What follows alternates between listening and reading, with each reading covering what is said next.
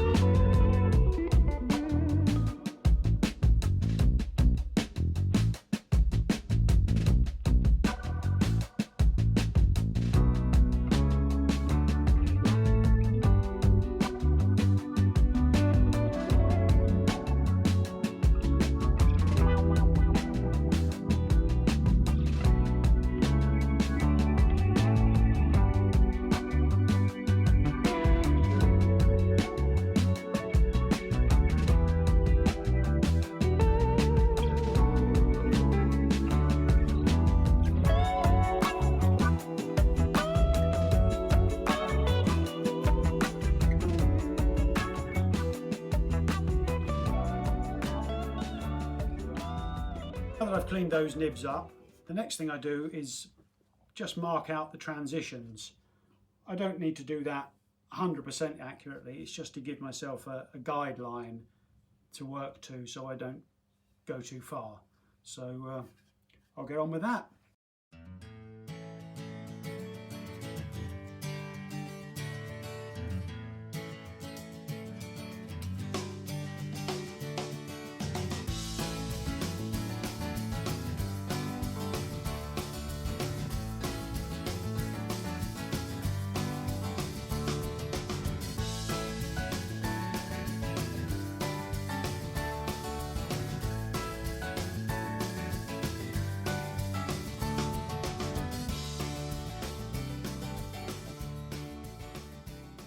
Now that I've got these guidelines marked out, I can rough in the transitions. You'll notice on this one there's quite a gap between that line there and the line I've drawn for the heel.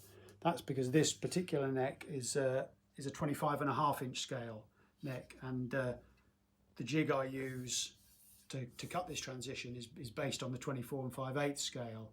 So with the longer scale neck, the 17th fret is back slightly, so I'll need to carve a little bit more wood out of there in the process. But I'll do the headstock first, and then we'll get on to the heel.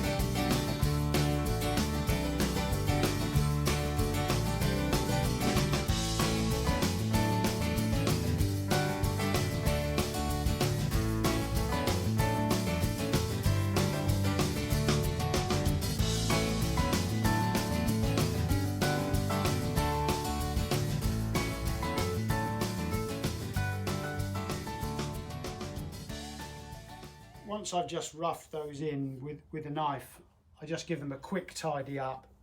It's all still well oversized at this point, but I like to give them a quick tidy up with this, which is 36 grit abrasive tape. It's almost like a flexible rasp. It removes wood really quickly, and I can, you know, it starts off this width and I can tear it down to narrower sizes like this, and I can remove quite a lot of wood quite quickly with this. So I'll just give this a quick tidy up.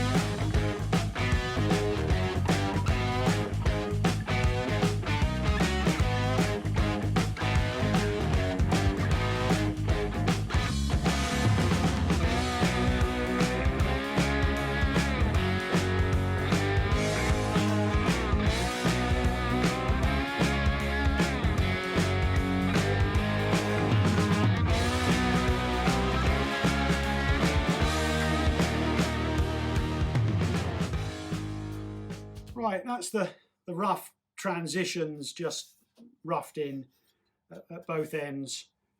At this stage, it's more or less neck shape, but everything is oversized. There's still depth to come back here. This shape is far too clumsy. The neck shaft is much thicker than it needs to be, and the headstock is a fraction thicker. So what I've got to do is bring all of that down gradually so it's all at the right place. I'll start that by measuring the thickness of the neck as it stands at the 1st fret and the 12th fret, and then reducing locally. What I do is I cut a little slot in the neck just at the 1st fret and the 12th fret to give me a guide, so I know where I need to be for the thickness of the neck. I then can remove the wood between those 2 points in a straight line, and I can blend from there up to the transition and into the headstock. So I'll take the headstock thickness down. That's only a little bit oversized, and then blend that headstock thickness into the thickness of the neck at the 1st fret as it will eventually be. So it's essentially a bit by bit process, little by little. Take one thing down. You can't just carve the transition and then carve the neck, then carve the neck transition, then carve the headstock, because one affects another. The transition from the headstock into the neck will be different from guitar to guitar depending on how thick the neck is at the 1st fret. The headstock thickness remains constant, but that depth there is different. So that blend there needs to be a nice, even, fair curve, as they might call it. And likewise here at the heel, the thickness at the 12th fret varies, so this blend here will need to be done. And I do, to eye the curves in, I literally do that. I literally eye them in. If you look up and just sight along it, I tend to do it like this against the darkness of the floor.